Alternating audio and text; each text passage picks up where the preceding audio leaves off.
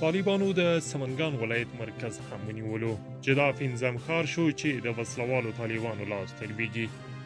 تېره ورځ ولسمشر سره د ځینو سیاستوالو په پرونۍ ناسته کې د طالبانو پر وړاندې د ولسي لښکر پر جوړېدو توافق وشو. د پښتون وایس لیدونکو السلام علیکم، وخت مو په خیر، ستړي مه شئ. ستاسو پام راوړم تازه، مهم او لنډو خبرونو ته. طالبانو د سمنګان ولایت د ایویک ښار ونیو چې دا پنځم ښار شو چې د طالبانو لاس ته لویږي. د هیواد شمالي ولایتونو اوسېدونکي د اندېښنې په څرګندولو سره وایي د حکومت د بېغورۍ له امله ښارونه د طالبانو لاس ته لویږي. د دغو سیمو د بیرته نیولو لپاره لا هم اقدامات نه لیدل کېږي.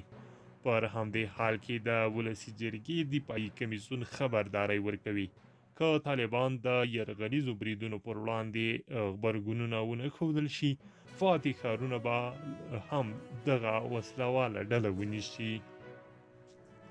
دا په داسې حال کې دی چې په بلخ ولایت کې د هدایدې ولسوالۍ او د بلخ ښار په مزار شریف او په ځینو نورو ولسوالیو او ولایتونو لا هم شدیدې جګړې روانې دي. د بلخ امنیه قماندانۍ وایي د جګړې کرښه د هدایدې ولسوالۍ د توتخته او کودي برګ رهایشي په سیمه کې ده. هغه زیاتوي چې د دولتي ځواکونه لا هم په دې هڅه کې دي ترڅو طالبان له ښاره او له ځینو نورو سیمو څخه په شا کړي او د پرمختګ مخه یې ونیسي. تېره ورځ په ارګ کې ولسمشر غني له ځینو سیاستوالو او جهادي رهبرانو سره په ارګ کې د طالبانو پر وړاندې د ولسي لښکر په جوړېدو توافق وشو. په دغه ولسي لښکر کې به پیژندل شوي سیاسي رهبران او مشران برخه ولري چې د طالبانو پر وړاندې به په بېلابېلو حوزو کې خلک راټولوي. دا چې په هیواد کې له هر بل وخت څخه وضعیت ډیر ترینګلی شوی دی، د هیواد ننه او بهر د ځینو افغانانو لخوا پراخ لاریونونه دوام لري. دوی پر پاکستان تور لګوي چې دا جګړه د دوی ده او دوی د تروریزم ځاله ده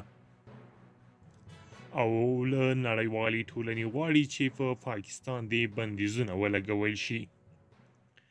خو ولې بل خوا د امریکا ولسمشر جو بایدن په خپل پوځ ته امر کړی ترڅو په افغانستان کې د B-52 ډوله الوتکو بمبار وشي ترڅو لوی ښارونه د طالبانو له خوا محاصره ونه نیول شي.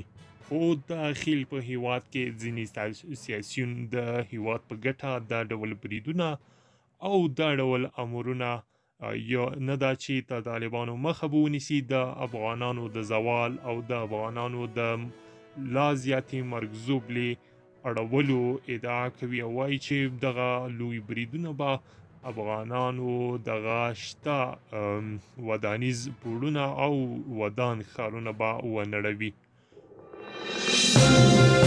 د پښتون وایس لیدونکو له ملتیا مو مننه. دا و د دې ساعت لنډ او مهم خبرونه. د همداسې مطالبو لپاره زموږ پښتون وایس یوټیوب چینل حتمي در سره سبسکرایب کړئ. له ملتیا مو مننه.